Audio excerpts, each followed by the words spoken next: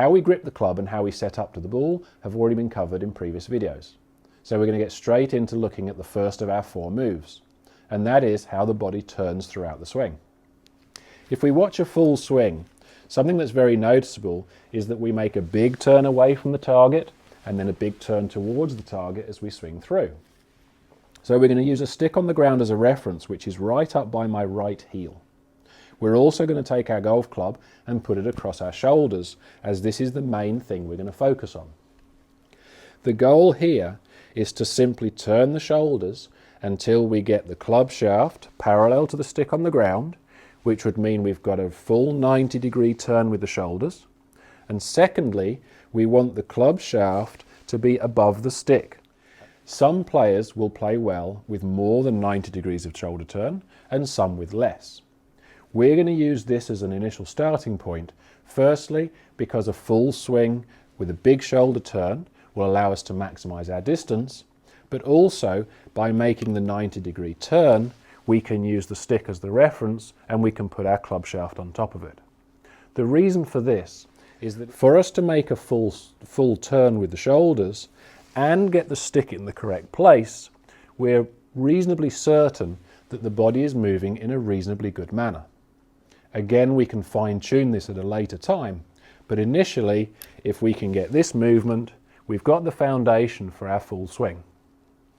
The next part of the swing we're going to look at is what we're doing with our hands throughout the swing. Again, if you watch a full swing, it's very noticeable that as the club moves back, there's a hinging of the wrists. As it comes down towards impact, there's an unhinging, and then as it goes through into the finish, there's a rehinging.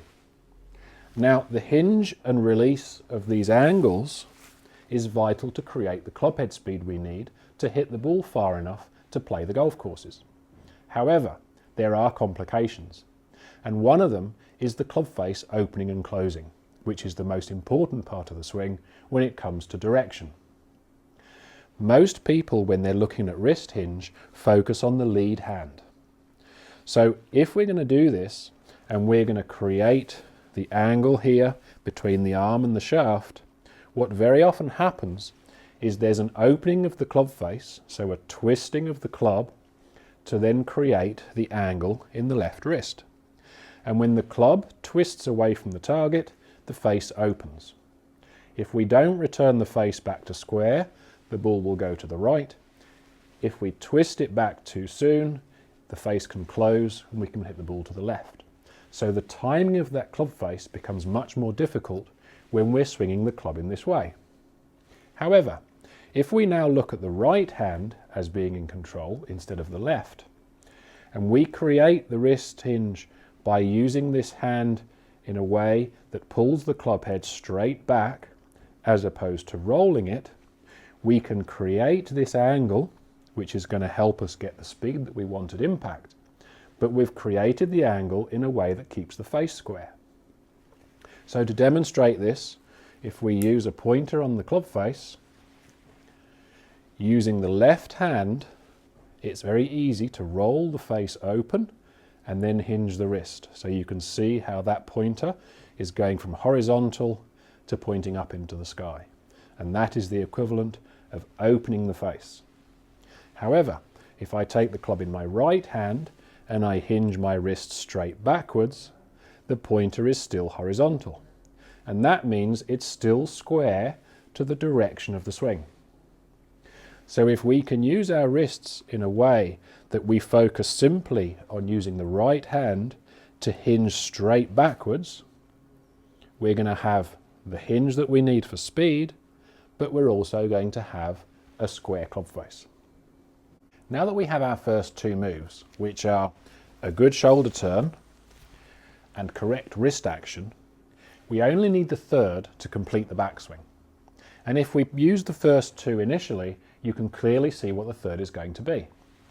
So from a setup, I'm going to add my wrist hinge, so the right wrist hinges straight back, and I'm going to add my shoulder turn, which is a full 90 degrees, and the shoulders are just inside my right foot. It's clear to see from this position that the club is far too low, and it should be up here somewhere. And to get there, we simply add one move, which is a lifting of the arms. So we go from what is clearly not a golf swing to a very neutral looking position at the top. So it's the lifting of the arms that are going to complete this backswing. Now obviously if you do it in sections, 1, 2 and 3, this is not how we swing a golf club. So the key here is not just to learn the 3 moves, it's to blend them together.